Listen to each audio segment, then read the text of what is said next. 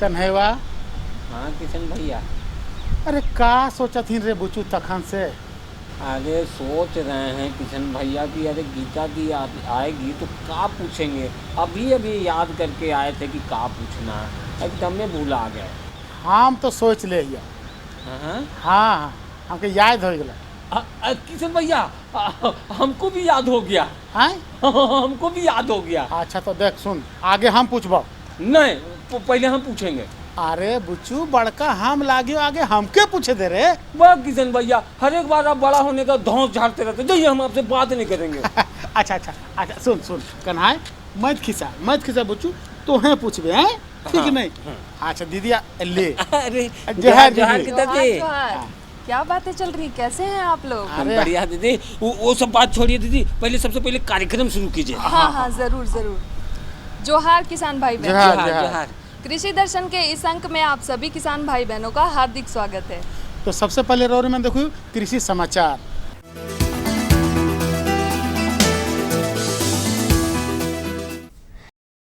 नमस्कार, कृषि समाचार में आपका स्वागत है। मैं हूं अनुश्री। आइए देखते हैं आज कृषि समाचार में क्या है खास। राज्य में चलाई जा रही है प्रति भूमि रूपांतरण योजना। बरसात के दिनों में मवेशियों को रहता है कृमि होने का खतरा। हिल पर बीज बुआई के लिए बेहतर है नवीन डिबलर। कृषि निदेशालय झारखंड द्वारा राज्य में चलाई जा रही योजनाओं में एक प्रमुख योजना है प्रति भूमि रूपांतरण योजना। इस योजना के अंतर्गत किसानों की वैसी भूमि जो खेत के लायक नहीं है, उसे खेती लायक बनाने के लिए किसानों को अनुदान दिया जाता है। इस योजना से किसान तो लाभान्वित हो ही रहे हैं, साथ ही राज्य में अनाजों का उत्पादन भी बढ़ा है। राज्य में ऐसी बहुत सारी भूमि है जो कि बंजर पड़ी है, जिन्हें खेती करने योग्य बनाने के लिए कृषि निदेशालय झारखंड प्रति भूमि विकास योजना चला रही है। इस योजना के अंतर्गत भूमि की गहरी जुताई, समतलीकरण के साथ बीज, उर्वरक इत्यादि कृषि उपादानों के लिए प्रति हेक्टेयर भूमि के हिसाब से 4,000 रुपए अनुदान का प्रावधान है। राज्य के कृषक इस योजना से लाभ उठा सकते हैं। किसान भाइयों, बरसात के मौसम में फसलों के साथ साथ अपने पाले गए मवेशियों के स्वास्थ्य पर विशेष रूप से ध्यान देने की आवश्यकता पड़ती है। बरसात के दिनों में मवेशियों में परजीवी की समस्या होने की संभावना होती है, खासकर अंतः परजीवी जैसे कृमि इत्यादि। पशुओं में इस परजीवी का पता कैसे चले और किस प्रकार इसका नियंत्रण करें, बता रहे हैं हमारे कृषि विशेषज्ञ। पशुओं में अभी बरसात के समय में परजीवी रोग की संभावना काफ़ी बढ़ जाती है, तो पशुओं में होने वाली अंतः परजीवी से बचने के लिए कृमिनाशक दवा जांच करके, गोबर जांच करके इसके अपने पशुओं में कृमिनाशक दवा जरूर खिलावें। खरीफ में कृषक धान और मक्का के अलावे सरगुजा की बुआई भी कर सकते हैं। यह टाण भूमि में लगाने योग्य एक लाभकारी फसल है। सरगुजा की अच्छी पैदावार लेने के लिए किसान भाई बिरसा नाइजर 1, बिरसा नाइजर 2 और बिरसा नाइजर 3 नामक प्रभेदों की बुआई कर सकते हैं। सरगुजा की अच्छी उपज लेने के लिए विशेषज्ञों द्वारा अनुशंसित किस्म है बिरसा नाइजर 1, 2 और 3। ये किस्में लगभग 90 से 105 दिनों में तैयार हो जाते हैं। इनकी 6 से 8 किलोग्राम बीज प्रति हेक्टेयर की दर से बुआई कर और उचित कृषि कार्यों को करके लगभग 6 से 7 क्विंटल उपज पाई जा सकती है। जिन किसान भाइयों ने श्री विधि द्वारा धान की खेती की है, उन्हें धान की अच्छी पैदावार लेने के लिए इस समय कुछ विशेष कृषि कार्य करने की आवश्यकता होती है। वे कृषि कार्य क्या हैं और कैसे उन्हें करें, बता रहे हैं हमारे कृषि विशेषज्ञ। जो किसान भाई श्री विधि से खेती किए हैं, वो किसान भाई अपने कोनो वीडर, कृषि विज्ञान केंद्र में कोनो वीडर उपलब्ध है। किसान भाई कोनो वीडर से श्री विधि खेती का निकाई कोड़ाई करें। निकाई कोड़ाई करने से बहुत ही फायदा होगा, उपज में वृद्धि होगी, कीड़े मकोड़े नहीं लगेंगे। अतः किसान भाई अपने श्री विधि खेत के जो धान की रोपाई किए हैं उसमें कोनो वीडर का उपयोग करें। कोनो वीडर कृषि विज्ञान केंद्र में उपलब्ध है और इसके लिए वो किसान भाई ले जा सकते हैं।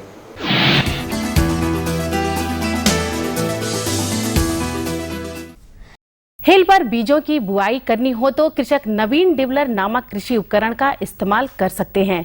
यह उपकरण बहुत ही कम समय और कम मेहनत में बुआई कार्य करने में सक्षम है। इस उपकरण का नाम है नवीन डिबलर। यह उपकरण हिल पर बीजों की बुआई कार्य को आसान बनाता है। इस उपकरण द्वारा एक दिन में लगभग 3500 हिल पर बीजों की बुआई की जा सकती है। इस उपकरण को प्राप्त करने के लिए कृषक बिरसा कृषि विश्वविद्यालय के अभियंत्रण विभाग से संपर्क कर सकते हैं।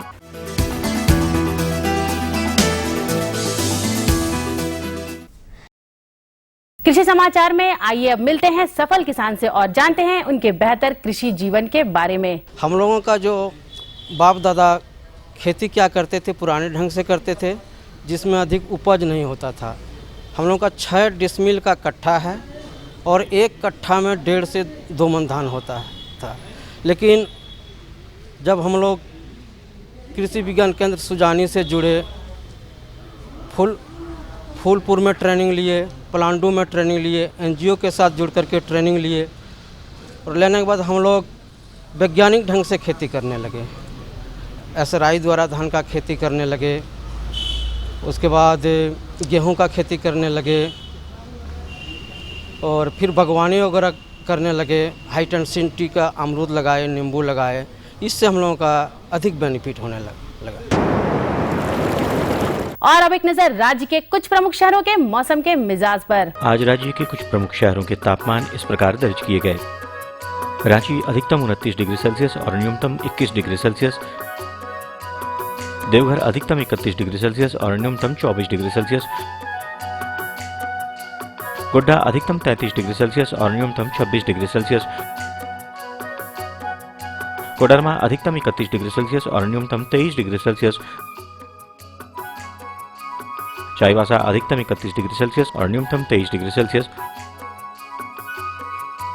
और हजारीबाग का तापमान अधिकतम 30 डिग्री सेल्सियस और न्यूनतम 22 डिग्री सेल्सियस रहा।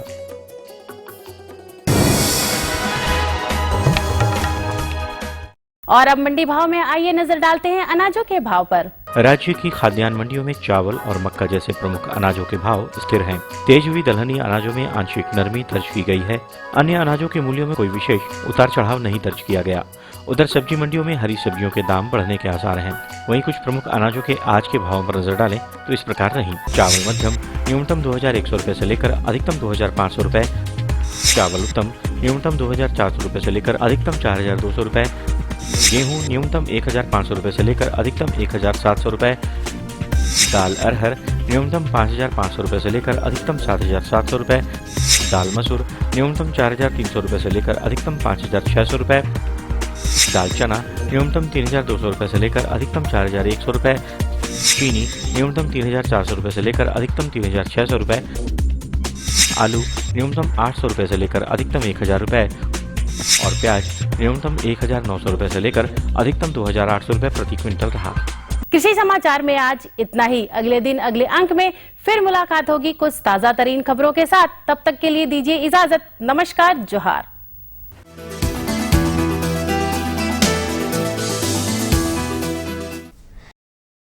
कृषि समाचार के अंतर्गत आपने देखा मंडी भाव, जाना मौसम का हाल और कृषि की नई नई तकनीकियों की भी जानकारी ली।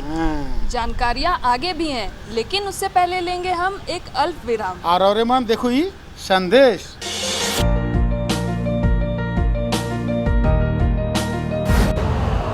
यूरिया का स्वदेशी उत्पादन 70 लाख टन बढ़ाने के लिए 6 उर्वरक संयंत्रों का उद्धार किया जा रहा है। FCIL के गोरखपुर, सिंदरी, तलचर और रामागुंडम संयंत्र, HFCL की बरौनी इकाई और BVFCL की नामरू फोर्थ। सोने पर सुहागा ये है कि देश में अब बनेगा सिर्फ नीम लेपित यूरिया, क्योंकि इससे होगा किसानों का फायदा ही फायदा। अनाज का उत्पादन 10% तक बढ़ेगा। बढ़ेगी 10 से 15% नाइट्रोजन क्षमता।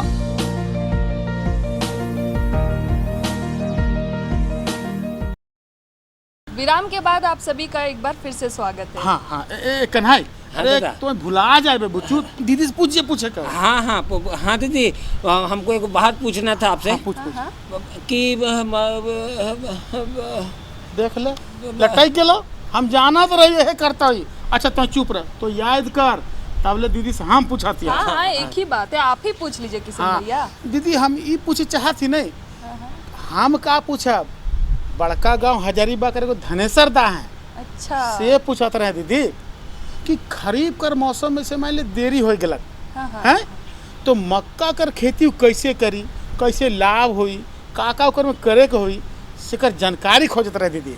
अच्छा, खरीफ के मौसम में विलम्ब से मक्का की खेती के बारे में बोल रहे हैं। हाँ दीदी, ये जानकारी तो जरूरी है हम लोग के लिए भी। बिल्कुल, इसकी विस्तार से जानकारी के लिए तो हमें अपने विशेषज्ञ के पास चलना होगा। तो चलिए अपने विशेषज्ञ डॉक्टर मनोज कुमार के पास चलते हैं, जो हमें इसकी विस्तार से जानकारी दे रहे हैं। उनसे बातचीत कर रहे हैं हमारे सहयोगी भानु घोष। झारखंड की जलवायु सभी फसलों के खेती के लिए अनुकूल मानी जाती है, जिसमें धान, गेहूं, हरी सब्जियां, मशरूम और मक्का की बड़े पैमाने पर खेती होती है। कृषि विशेषज्ञों द्वारा किसानों को नई तकनीकों, उन्नत प्रभेदों, नई कृषि उपकरणों, बीज उपचार का तरीका और उर्वरकों का संतुलित मात्रा में प्रयोग की जानकारी समय समय पर दी जाती है, जिसके इस्तेमाल से किसानों को अपने फसल को स्वस्थ और उनसे अधिक पैदावार लेने में काफी मदद मिलती है। किसान भाइयों, मक्के अगर देरी से खरीफ में मक्का अगर हम लेते हैं तो उसके लिए हम लोगों को सितंबर तक जो है हम लोग को उसका बुआई कर देना चाहिए, जिससे कि हम लोग अक्टूबर में जब रबी का मौसम आता है तो इनका फ़ायदा हमको रबी में मिल जाएगा। और उस समय बहुत सारी बातों पर ध्यान देना ज़रूरी हो जाता है। अगर हम सितंबर में सोइंग करते हैं तो अक्टूबर में उसका दाना बेच के भी हम लोग उसका मुनाफा ले सकते हैं, उसको बेच करके उसको चारे के रूप में भी उसको यूज़ कर सकते हैं हम लोग। अगर प्राथमिकता की बात करें तो मक्का फसल की खेती के लिए खेत का चुनाव और मिट्टी का चयन प्रमुख रूप से आता है। किसानों को सलाह दी जाती है कि खेत का चुनाव करते समय जल जमाव की समस्या ना हो, अर्थात जल निकासी की उपयुक्त व्यवस्था हो, तथा मिट्टी के लिए दोमट या बलुआई दोमट मिट्टी मक्का फसल के लिए उपयुक्त होती है। खेत की तैयारी के लिए मिट्टी की 2 से 3 बार अच्छी तरह जुताई कर पाटा से मिट्टी को समतल कर देना चाहिए। इससे मिट्टी के खरपतवार हट जाते हैं और मिट्टी में मौजूद कीड़े मकोड़े भी मर जाते हैं। जुताई के कारण मिट्टी हल्की तथा भुरभुरी हो जाती है, जिससे बीजों का अंकुरण सही तरीके से होता है। अच्छी उपज के लिए उन्नत प्रभेदों की जानकारी बेहद जरूरी है। मक्का के उन्नत प्रभेदों में सुआन, विरसा विकास मक्का 1 और विरसा विकास मक्का 2 और हाइब्रिड में HPQM 1 और कंचन नामक किस्म ऐसी किस्में हैं जो 70 से 80 दिनों में ही तैयार हो जाती हैं। किसान भाइयों, इसके लिए खेत की तैयारी के लिए सबसे पहले तो हम लोग पहली जुताई हम लोग मिट्टी पलट के करते हैं, उसके बाद कल्टीवेटर से करते हैं। उसके बाद हम लोग इतनी गहरी जुताई करते हैं कि मिट्टी भुरभुरी हो जाए और उसमें हम लोग गोबर का सड़ी हुई खाद, कंपोस्ट आदि हम लोग देते हैं, जिससे कि मिट्टी को पोषक तत्व मिले। अधिक पैदावार हेतु उर्वरकों का संतुलित मात्रा में प्रयोग भी आवश्यक है। उर्वरकों का प्रयोग फसलों में 2 बार करना चाहिए। पहला बीज के बुआई के समय तथा दूसरा जब पौधा 20 से 25 दिन का हो जाए तब।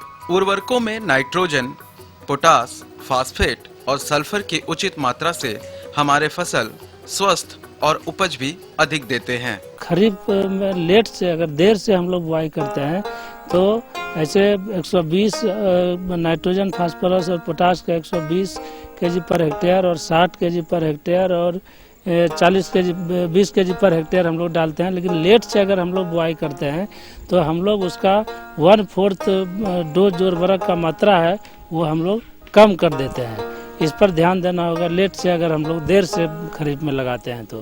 बीज को स्वस्थ बनाए रखने के लिए रासायनिक दवा बेवस्टीन से बीज उपचारित कर खेत में लगाना चाहिए, जिसमें कतार से कतार की दूरी 70 से 75 सेंटीमीटर तथा पौधों की दूरी 15 से 20 सेंटीमीटर रखने से पौधों का बढ़वार ठीक ढंग से हो पाता है। जहाँ तक किसान भाइयों, हम लोग खेत की तैयारी के बाद हम लोग बीज उपचार भी करते हैं, जिससे बीज उपचार के लिए हम लोग 2 ग्राम पर हेक्टेयर जो है बेवेस्टिन से हम लोग बीज उपचारित करते हैं। और हमेशा पौधे की दूरी 25 सेंटीमीटर और पंक्ति की दूरी जो है 75 सेंटीमीटर हम लोग रखते हैं। समय समय पर पौधों की देखभाल ना की जाए तो इसमें रोग व्याधियां लगने की समस्या आने लगती है, जिनमें मुख्य रूप से तना छेदक कीड़ों का प्रकोप ज्यादा होता है। इस कीट के नियंत्रण के लिए फ्यूराडान नामक रासायनिक कीटनाशक का प्रयोग करना लाभदायक होता है और समय समय पर खरपतवार का नियंत्रण भी करते रहना चाहिए। इसके अलावा मक्का के पत्तों या डंठलों का लाल होना आम समस्या है। इस समस्या से बचने के लिए 15 केजी बोरोन का घोल बनाकर पौधों पर स्प्रे करना फायदेमंद रहता है। पत्तों का पीला होकर सूखना भी अक्सर किसानों की शिकायत रहती है, तो इसके बचाव के लिए डाइथेन M45 या रेडोमिल MZ का 2 से 3 ग्राम मात्रा प्रति लीटर पानी में घोल बनाकर पत्तों पर छिड़काव करने से इस रोग से हम निजात पा सकते हैं। कभी हम लोग सूक्ष्म पोषक तत्व का कमी हो जाता है, जैसे बोरन, जिंक, ये सब का, मोलिब्डेनम, ये सब का कमी हो जाता है, जिसके चलते आप देखते होंगे कि कभी कभी मकई का पत्ता जो है वो लाल होकर मुरझा जाता है, तो वो हम लोग का फास्फोरस की कमी से होता है। इसलिए हम लोग को फास्फोरस भी उसमें समय समय पर डालना अति आवश्यक है। अब जैसे कि कभी कभी दाना जो है वो नहीं भरता है, वो हमारा पोटाश की कमी से होता है, उस पर भी हम लोग को बारीकी से देखना होगा कि पोटाश का कितनी मात्रा हम लोग डालें। अब जैसे खरपतवार नियंत्रण के लिए हम लोग खरपतवार नाशी का उपयोग करते हैं, जैसे एट्राजिन, एलाक्रोल, ये हम लोग 2 लीटर पानी में डाल करके स्प्रे करते हैं। सबसे बड़ा इसमें एक पिल्लू होता है जो उसके तना में घुस करके वो उसको डेड कर देता है, मार देता है, उसको डेड हर्ट भी हम लोग बोलते हैं। तो उसमें हम लोग रोगर हुआ, इंडोसल्फान हुआ, ये हम लोग 1.5 ml पर लीटर पानी में घोल करके हम लोग स्प्रे करते हैं, जिससे कि हमारा रोग पर नियंत्रण रख सकते हैं और कीट पर भी हम लोग नियंत्रण रख सकते हैं।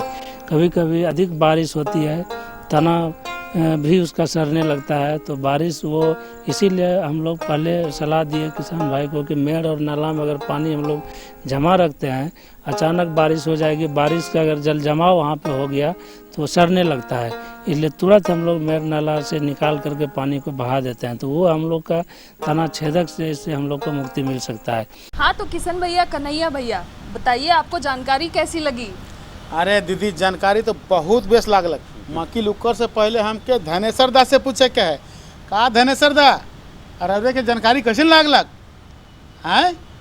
अरे भैया, जब जानकारी मिला है तो अच्छे लगा होगा, लेकिन सबसे पहले हमको याद आ गया, हमको पूछ लेने दीजिए अपना वाला प्रश्न। अरे ठहरिए, अभी एक और अल्प विराम का समय हो चला है। दीदी, अगर हम इतना देर में फिर भूला गए तो? अरे नहीं भूलाबे तो मने मन सुगा नियर बड़ा करत ना, याद रहता हो का दीदी? बिल्कुल। चलिए एक और अल्प विराम लेते हैं और तब तक आप देखिए ये संदेश। ये लो और बताओ बस। अरे ये क्या भैया जी, बस इतनी सी रासायनिक खाद? किसानी छोड़ रहे हो क्या? किसानी नहीं, नादानी छोड़ रहे हैं। मिट्टी की जांच कराई है, अब तो लालाजी जितनी जरूरत है उतने ही उर्वरक खेत में डालेंगे। हाँ, किसान भाई आज ही अपने जिले की नजदीकी भूमि परीक्षण प्रयोगशाला में मिट्टी की जांच जरूर करवाएं और मिट्टी में पोषक तत्व, नमी व पौधे के विकास को देखते हुए केवल जरूरत के अनुसार ही पोषक तत्व डालें। और हाँ, मिट्टी में गंधक, जस्ता, बोरोन जैसे सूक्ष्म पोषक तत्वों का पता लगाना भी न भूलें।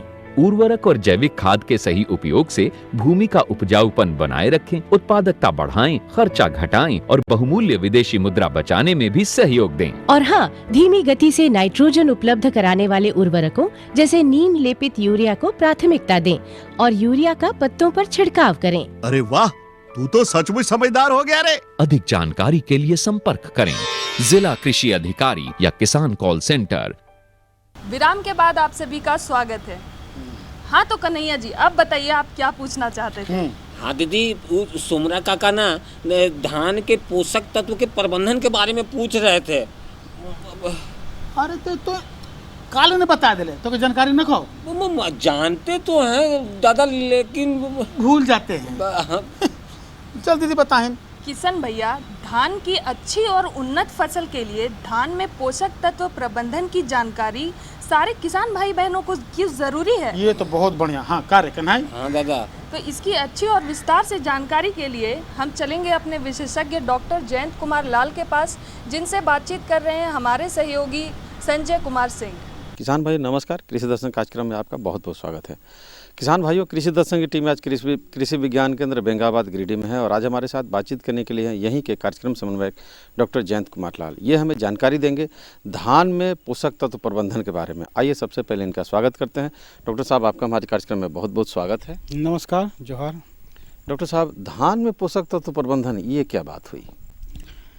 किसान भाइयों, जैसे कि चर्चा आप जो जानते हैं, धान जो है हमारे यहाँ का मुख्य फसल है और ये हर तरह की मिट्टी में, हर तरह की ज़मीन में हम लोग धान लगाते हैं, चाहे वो टार हो, 1 नंबर हो या 2 नंबर हो। सभी जगह हम लोग पहली हम लोगों की पसंद होती है, किसानों की पहली पसंद खासकर झारखंड में होती है धान लगाना, क्योंकि ये अनाज है, उससे वो सालों भर अपना भोजन यापन करते हैं। तो इसीलिए इसके पोषक तत्वों का प्रबंधन हर ज़मीन के लिए अलग अलग होता है।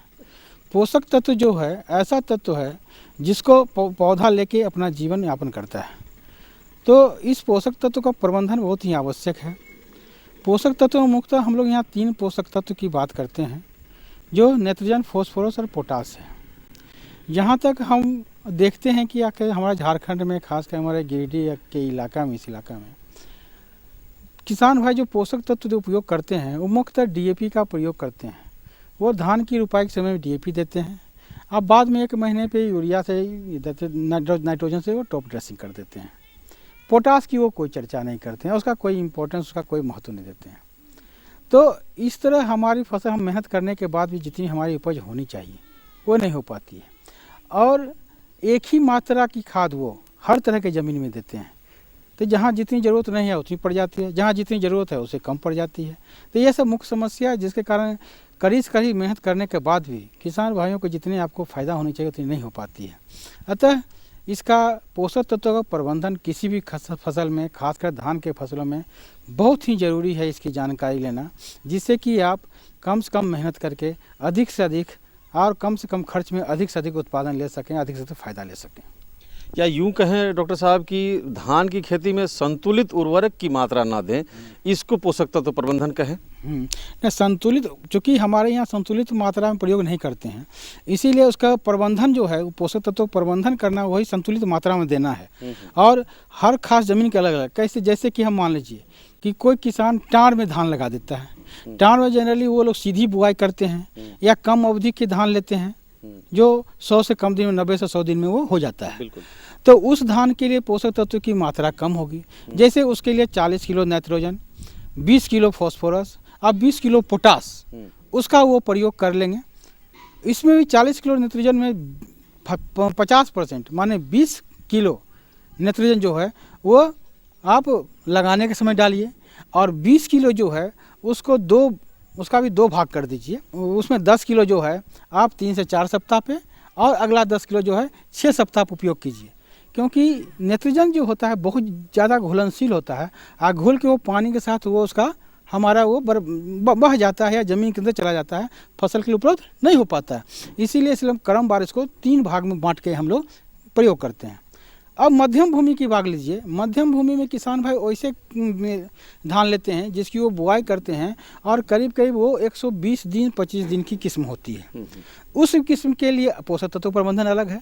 जैसे उसमें 80 किलो आप जो है नाइट्रोजन लेना होगा, 40 किलो फास्फोरस लेना होगा, और 20 किलो पोटास लेना होगा। यहाँ भी नाइट्रोजन की जो मात्रा है उसको हम 3 भाग में बांटेंगे। 80 किलो का 50% माने 40 किलो हम जब धान की रुपाई करते हैं खेत में तब डालते हैं। फिर जो है जो हमारे पास 40 किलो बच जाता है, जो 50%, उसको भी 2 भागों में बांटेंगे। माने 20 किलो जो है उसको हम 3 से 4 सप्ताह के बाद, और फिर अगला 20 किलो जो है 6 से 7 सप्ताह में हम डालते हैं, जिससे कि उसका कम से कम हानि होती है और पौधे को उसका उपयोग जो है हमेशा 120 दिन तक मिलते रहे, उसकी अवधि तक मिलते रहती है, जिससे उसकी पूर्ति से फायदा होती है। अब निचली ज़मीन की बात करते हैं, जिसको 1 नंबर किसान भाई कहते हैं। ये जो है मुख्यतः धान की फसल इसमें बहुत लेते हैं। इसमें लंबी अवधि की धान की फसल लेते हैं। उसमें क्या है, ये करीब करीब 140 दिन की वैरायटी किस्म ले लेते हैं। तो उसके लिए भी अलग उसके लिए पोषक तत्व प्रबंधन है। इसमें 80 किलो नाइट्रोजन के लेना पड़ता है, 60 किलो फॉस्फोरस है और 40 किलो पोटास लेना पड़ता है। यहाँ पे भी जो है कि इस तीनों सभी किस्मों में है कि पोटास और फॉस्फोरस की मात्रा जितनी है पूरी मात्रा जो है हम रुपाई या बुआई के समय में डालते हैं। और नाइट्रोजन की मात्रा को 3 भाग बांटते हैं, यहाँ भी 3 भाग में बांटेंगे। 50% 60 किलो नाइट्रोजन जो है हम रुपाई के समय डालते हैं।